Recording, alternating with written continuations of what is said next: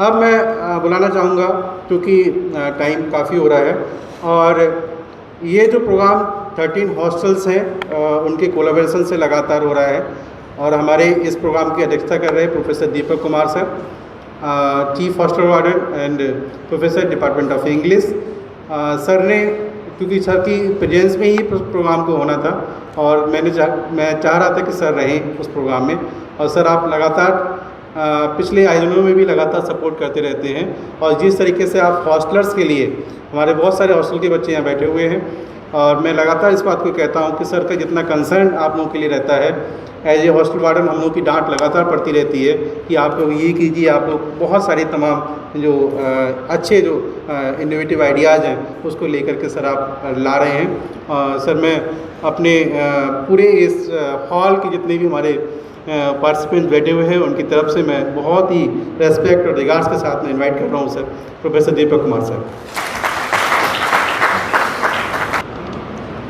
धन्यवाद डॉक्टर आलोक।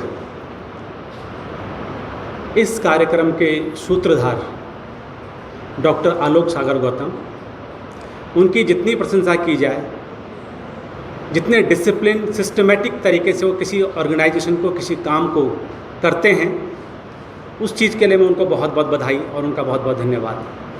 डॉक्टर आलोक सागर गौतम, आपने मुझे यहाँ पर अपने प्रोग्राम में शामिल किया, हमारे छात्रों को भी इसमें शामिल किया। मैं आप सभी का इस चीज़ के लिए बहुत बहुत धन्यवाद देता हूँ। आज के कार्यक्रम में हमारे speaker doctor Vineet Maurya, doctor Babita Patni madam, और जो लक्ष्य फाउंडेशन के जो हमारे साथ में अभी कुछ लोग थे, वो डॉक्टर रावत थे और एक कुड़ियाल जी थे और एक और थे किशन सिंह अशवाल जी, जिनके सहभागिता से, जिनके कोऑर्डिनेशन के द्वारा ये कार्यक्रम आज संपन्न हो रहा है। मैं उनका भी बहुत बहुत आभार और धन्यवाद उनको अर्पित करता हूँ। हमारे जो दोनों स्पीकर थे, they have spoke a lot about the scientific term and scientifically they have describe you what is environment conservation and how far we can save it and why should we save it, हमें इसे क्यों बचाना चाहिए और इसकी ज़रूरत क्या है। they have spoke a lot in a detail about it, उन्होंने बहुत अच्छे ढंग से हमको बता दिया। अच्छा, कार्यक्रम में हमारे गोविंद अशवाल भी हमारे छात्र संघ के बैठे हुए हैं, और प्यारे छात्र छात्राओं जो हमारे रिसर्च स्कॉलर भी बैठे हुए हैं, और जो हमारे साथ के कुछ प्रिंट मीडिया के तो शायद नहीं है कोई लोग, लेकिन अगर प्रिंट मीडिया के भी कुछ लोग हैं तो मैं उन लोगों का भी स्वागत और अभिनंदन करता हूँ।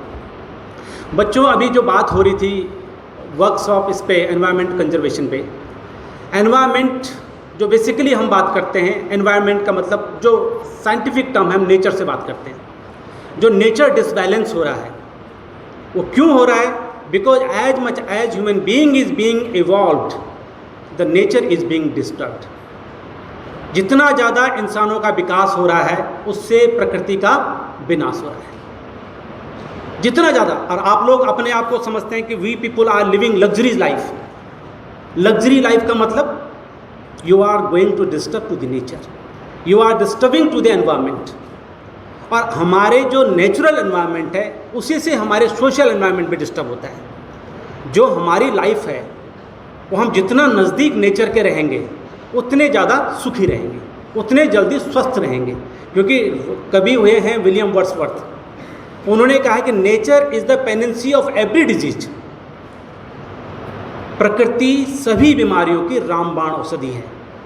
इतने जानवर बीमार होते हैं, पशु पक्षी बीमार होते हैं, वो अपना ट्रीटमेंट खुद करते हैं। उनका रेजिस्टेंस पावर इतना ज़बरदस्त है क्योंकि they are very much close to the nature. आज हमने अपने लाइफस्टाइल को इतना ख़राब कर दिया है, इतना ख़राब कर दिया है कि हम, अगर हमें एक फीवर भी आता है तो हमें तुरंत मेडिसिन लेनी पड़ती है। फीवर अपने आप ठीक नहीं होता, जबकि वो अपने आप ठीक हो सकता है, जबकि वो अपने आप ठीक हो सकता है, लेकिन हम विदाउट मेडिसिन हम उसको ठीक नहीं कर पाते हैं। उसका कारण क्या है कि हमने अपने आप को नेचर से बहुत दूर कर दिया है। तो नेचर को बचाने के लिए ज़रूरत, जैसे मैडम ने बहुत डिटेल में डिस्कस किया, ऋग्वेद से लेकर उस सारे वेद उन्होंने डिस्कस कर लिए, and she has connected it with the mythology also. क्यों शुरू से मैथोलॉजी को जोड़ा गया? क्योंकि लोग भगवान से डरें, भगवान से डरें तो फिर इस काम को करें, ठीक है। लेकिन आज वो ज़माना नहीं है। आज आप चीज़ों को अगर साइंटिफिकली सोचें कि हमारे पास कितनी लग्जरीज क्यों ना हो जाएं, क्योंकि आप जो लोग श्रीनगर में आज से, खैर आप तो बहुत छोटे हैं अभी, आप लोगों के अधिकतर जो सबसे ज़्यादा एज के होंगे 30-32 साल के होंगे यहाँ पे, उससे कम के होंगे। लेकिन आज से 22-23 साल पहले जब मैं श्रीनगर में आया था तो श्रीनगर में बहुत कम लोग थे। लोग तो थे लेकिन इतनी पॉपुलेशन नहीं थी। इतनी पॉपुलेशन बढ़ेगी तो कौन डिस्टर्ब होगा? नेचर होगा। नेचुरल कैलामिटीज़ हम लोगों ने देख ली है, केदारनाथ में जो आपदा आई है वो उसी का दुष्परिणाम है, क्योंकि हमने नेचर को क्या किया? डिस्टर्ब किया, एनवायरनमेंट को डिस्टर्ब किया। क्योंकि वहाँ की जो, मैं साइंटिफिकली बातें नहीं कर रहा हूँ आपसे, मैं व्यवहारिक बातें कर रहा हूँ। साइंटिफिक बातें बहुत हो चुकी हैं, हमारे एक्सपर्ट आपको बता चुके हैं कि साइंटिफिकली क्या चीज़ है। मैं आपको एक व्यवहारिक बात बता रहा हूँ कि जिस चीज़ की कैपेसिटी जितनी है, भाई केदारनाथ में इतना डिस्टर्बेंस आया क्यों? क्योंकि वहाँ पे इस चीज़ की कैपेसिटी इतनी नहीं थी कि आप वहाँ पे इतने होटल्स बना लो, इतने लोगों की पब्लिक को जमावड़ा कर दो, इतने लोगों का रहने के लिए व्यवस्था कर दो, तो उससे क्या होगा? हमारा नेचर डिस्टर्ब होता है। तो जब नेचर डिस्टर्ब होता है तो हमारी सोशल लाइफ भी डिस्टर्ब होती है, हमारी पॉलिटिकल लाइफ भी डिस्टर्ब होती है, हमारी एजुकेशनल लाइफ भी डिस्टर्ब होती है। तो we are the centre of the every kind of the environmental positions, कि जो चीज़ें हमारे पास, अगर हम अपनी चीज़ को सही ढंग से इस्तेमाल नहीं करते हैं, जैसे प्लास्टिक का जिक्र किया, उन्होंने भी किया, किशन सिंह जी ने भी किया, डॉक्टर विनीत ने भी किया। प्लास्टिक का इस्तेमाल हम सब लोग करते हैं, लेकिन उसका उपयोग और दुरुपयोग कितना होना चाहिए? क्योंकि जितने एजुकेटेड लोग हैं सबसे ज़्यादा गंदगी करते हुए इनको देखा गया है। जो कूड़ा उठाते हैं, जिसके वेंजर का काम करते हैं, हम उनको बोलते हैं ये कूड़ा वाला है, जबकि बेसिकली वो कूड़ा वाला नहीं है। कूड़ा वाला हम लोग हैं जो कूड़ा कर रहे हैं। वो तो उठाने वाला है, वो साफ करने वाला है, वो हमारी गंदगी को साफ कर रहा है, लेकिन गंदगी कौन कर रहे हैं? हम लोग कर रहे हैं। तो इस चीज़ को बचाना है। इस चीज़ को बचा के कौन? You people are the ambassador of the university, not only the ambassador of the university, you are the ambassador of the society. आप लोग एजुकेटेड हैं, नॉट ओनली लिटरेट। और एजुकेटेड लोग जब समाज में जाते हैं तो उनका महत्व होता है। अगर आप किसी चीज़ को एक शिद्दत के साथ करेंगे, एक डिसिप्लिन के साथ करेंगे, तो हो सकता है कि जो लोग आपके गांव के हैं, जो उस चीज़ को नहीं करते आए होंगे, वो उस चीज़ को सुधार करेंगे अपनी लाइफस्टाइल में, क्योंकि वो मानते हैं इस चीज़ को कि ये व्यक्ति यूनिवर्सिटी से पढ़कर आया है। लेकिन अगर तुम ही लोग गंदगी करोगे तो तुमको कौन सुधारेगा फिर?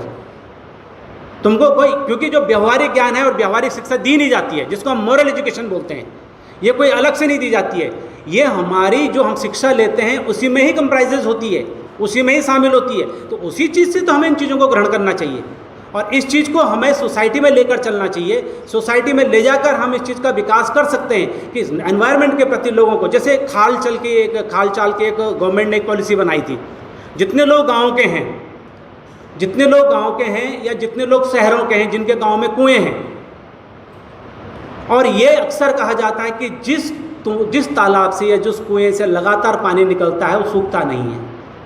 जिस धारे से, जिस स्रोत से लगातार लोग पानी पी रहे हैं वो भी नहीं सूखता। किस लिए? क्योंकि हमारा अटैचमेंट है उससे, वो नेचुरल अटैचमेंट है। लेकिन अगर आपके गांव के पास कोई स्रोत था या कोई कुआं था और बरसों पहले वो बंद हो गया, कोई लोग उसका इस्तेमाल नहीं करें, तो वो धीरे धीरे करके बंद हो जाएगा। जब आप वहाँ जाएंगे तो आपको वो जीवित नहीं मिलेगा, मृत अवस्था में मिलेगा। तो इसका मतलब आप समझिए कि हम नेचर से कितने नज़दीक हैं, नेचर का हमारे जीवन में कितना इम्पोर्टेंस है, ये हम लोगों को समझना चाहिए।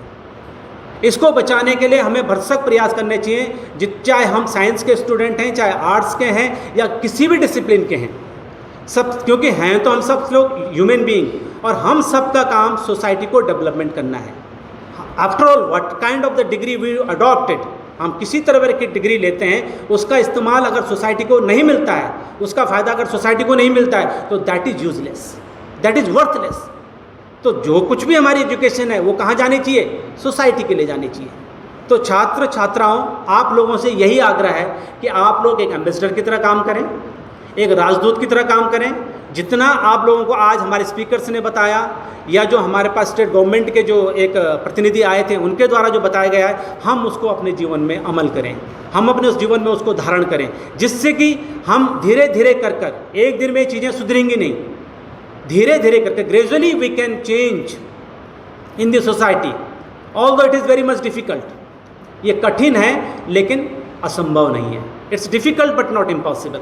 तो हम सब लोगों को साथ लेकर चलना है और किसी न किसी, जैसे आप मेरे छात्रावास यहाँ पे बच्चे बैठ रखे होंगे, हैं कितने लोग हैं छात्र हॉस्टल के? आपके कमरों में जब देखा जाता है तो बहुत सारी गंदगी मिलती है। वहाँ का एनवायरनमेंट में तुमने खराब कर रखा है, वो एनवायरनमेंट में तुमने सुधारा नहीं है। और किसी किसी का कमरा तो इतना गंदा होता है कि उस कमरे के अंदर जा नहीं सकते, इतनी बदबू आती है। हमें लगता है ये कैसे रह रहा है इसके अंदर, ये इसके अंदर कैसे रह रहा है, ये सो भी रहा है, खा भी रहा है, पढ़ भी रहा है इसके अंदर, लेकिन कैसे? आपके हॉस्टल्स में जहाँ पे डस्टबिन है, आप कोई भी चीज़ें खाते हैं आप उस डस्टबिन में डालिए, आपका एनवायरनमेंट साफ़ सुथरा रहेगा। आपको देखकर और बच्चे भी सीखेंगे। लेकिन होता क्या है कि आप खाना भी कमरे में ही खाते हैं और उसको भी एक कोने में धकेलते रहते हैं और वहीं सारा जम जाता है, उसमें कीड़े भी पड़ जाते हैं। ये हमने लड़कियों के कमरों में भी देखा और लड़कों के कमरों में भी देखा।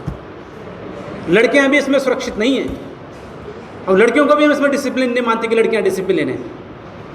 तो बच्चों, ऐसा नहीं करना है। You have to be a symbol, you have to be a symbol to clean the environment. First you clean your room, पहले अपने कमरे को साफ कीजिए। जितने बच्चे यहाँ पे बैठे होंगे लगभग कोई हॉस्टल में रह रहा है और कोई रूम रेंट पर लेकर रह रहा है। आपका कमरा साफ़ सुथरा होना चाहिए। आपके घर में एक डस्टबिन होना चाहिए छोटा, जहाँ पर डस्टबिन उसमें डालिए। फिर जहाँ पूरे मोहल्ले का जहाँ कूड़ा जमा होता है उसमें डालिए। आप फैलाइए मत, आप फैलाइए मत। आप गाड़ी में कहीं जाते हैं, पॉपकॉर्न खाते हैं या चिप्स खाते हैं, उसको अपने बैग में रख लीजिएगा, जहाँ आपको कूड़ादान मिले वहाँ डालिए। आपका एक छोटा सा प्रयास बहुत ज़्यादा काम कर सकता है। आपको देखकर दूसरे लोग भी उस चीज़ को समझेंगे। मैं आपको बताऊं, 1996 में मैं एक कंपनी में काम करता था, Intervida foundation, that was ruled by Spanish लोग उसको चलाते थे और जो हमारी डायरेक्टर थी वो अमेरिकन थी। हमारे साथ Australia, Denmark, New Zealand, Holland, England, सब जगह के लोग काम करते थे। तो मैं उनके साथ ट्रांसलेटर था। उनमें एक लेडी थी, वो अमेरिकन थी। वो जैसे टॉफ़ी खाती थी, तब तो हमें पता भी नहीं था इतना कि इस चीज़ को कितना सुरक्षित रखना है। वो टॉफ़ी खाती थी या चिप्स खाती थी या कुछ भी खाती थी, तो उसके थैले में वो उसका रैपर को उसमें रखती रहती थी। तो मैंने उसको पूछा, why are you doing like this? उसने कहा, we don't want to disturb the environment. क्योंकि हम जिस चीज़ के लिए आज काम कर रहे हैं वो लोग इस चीज़ को बहुत पहले कर चुके हैं। ठीक है, हालांकि गंदगी वहीं से शुरू आई है।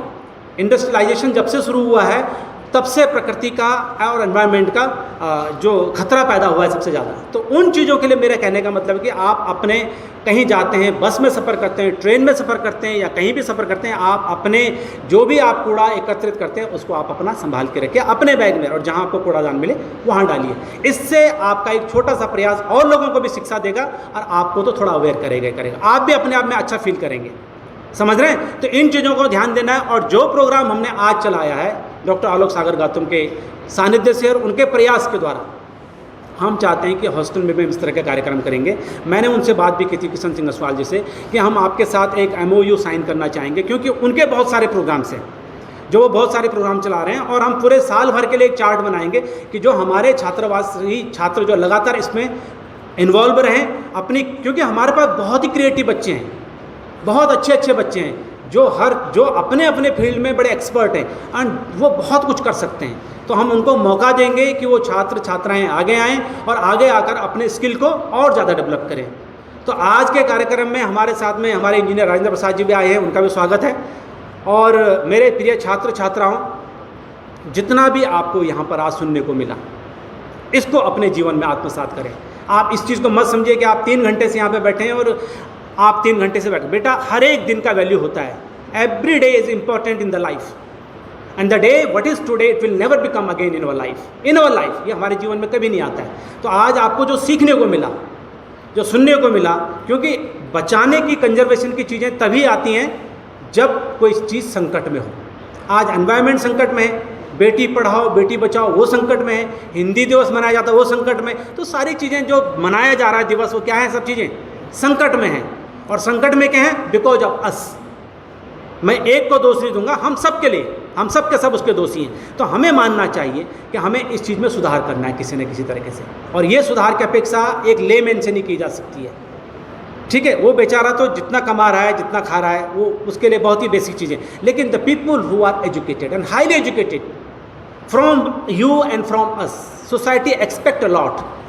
हमसे और आपसे सोसाइटी बहुत ज़्यादा एक्सपेक्ट करती है, क्योंकि we are getting higher education from the higher education institution. Central university से आप लोग एजुकेशन ले रहे हैं और कहीं पर हमारा बर्ताव ऐसा हो जो दूसरे आदमी को भी शर्म आए, तो अच्छी चीज़ नहीं है। वो चाहे एनवायरनमेंट के प्रति हो, चाहे कंडक्ट के चक्कर में हो, या बिहेवियर के हो, या आपका बर्ताव कहीं पे किसी के साथ हो, तो हमें हर तरह के एनवायरनमेंट को अपना सुरक्षित रखना है। और आज की डेट पे जो एक मेंटल जो एनवायरनमेंट है वो भी ख़राब हो रहा है। जो बच्चों को अनसुन चीज़ें जो दिमाग में आ रही हैं वो भी एक तरह का क्या है, एनवायरनमेंट है। हम हमेशा चाहते हैं कि अपने बच्चों को अच्छा एनवायरनमेंट दें। आपके पेरेंट्स चाहते हैं कि आपको अच्छी जगह शिक्षा दी जाए, that is also a kind of environment. क्योंकि हर एक बच्चा एक जैसा ही पैदा होता है और हर एक बच्चे के अंदर खासियत होती है, लेकिन वो ग्रो और इवॉल्व कब होता है, जब उसको अच्छा एनवायरनमेंट मिलता है। अगर आपका परिवार का एनवायरनमेंट बहुत अच्छा है तो आपके संस्कार बहुत अच्छे होंगे, आपके अंदर गुण बहुत अच्छे होंगे, और वो गुण आपके आगे जाके रिफ्लेक्टिव होंगे, आप पूरी सोसाइटी को भी अच्छा भी देंगे, ठीक है। लेकिन अगर आपके परिवार के संस्कार अच्छे नहीं हैं, आपके संस्कार अच्छे नहीं, क्यों? क्योंकि परिवार का एनवायरनमेंट भी खराब है, तो नेचुरली आपका भी होगा। तो इसलिए अपने आसपास के एनवायरनमेंट को आप अच्छा बनाइए, पर्यावरण को अच्छा बनाइए। क्योंकि हम तो स्टूडेंट हैं इंग्लिश लिटरेचर के, I am the student of the English literature, और हम आज इकोसिस्टम पे, मैडम ने बात की इकोसिस्टम पे, इको फेमिनिज्म पे भी बात की। तो इको फेमिनिज्म पे हम लोग रिसर्च करवा रहे हैं, क्योंकि जो महिलाएं, the ladies who are very much close to the environment and working on literature, we have collected them and we have collaborated them together. हमने उनको एक साथ करके इस पर रिसर्च हो रही है बहुत सारी, ठीक है। तो ज़रूरत है किसको, कि एनवायरनमेंट से हम किसको जो डेवलप करेंगे, सोसाइटी को। किसको डेवलप करेंगे, सोसाइटी को। Whatever we are doing after all that is for the society. किसके लिए है, सोसाइटी के लिए, and we are the tools of the society. हम किसके टूल्स हैं, सोसाइटी के लिए। अगर काम नहीं आए सोसाइटी के लिए तो हमारी एजुकेशन किसी मतलब की नहीं है। It is useful only then when that is useful for the society, so it should be return to the society. ये किसको रिटर्न होनी चाहिए, सोसाइटी को।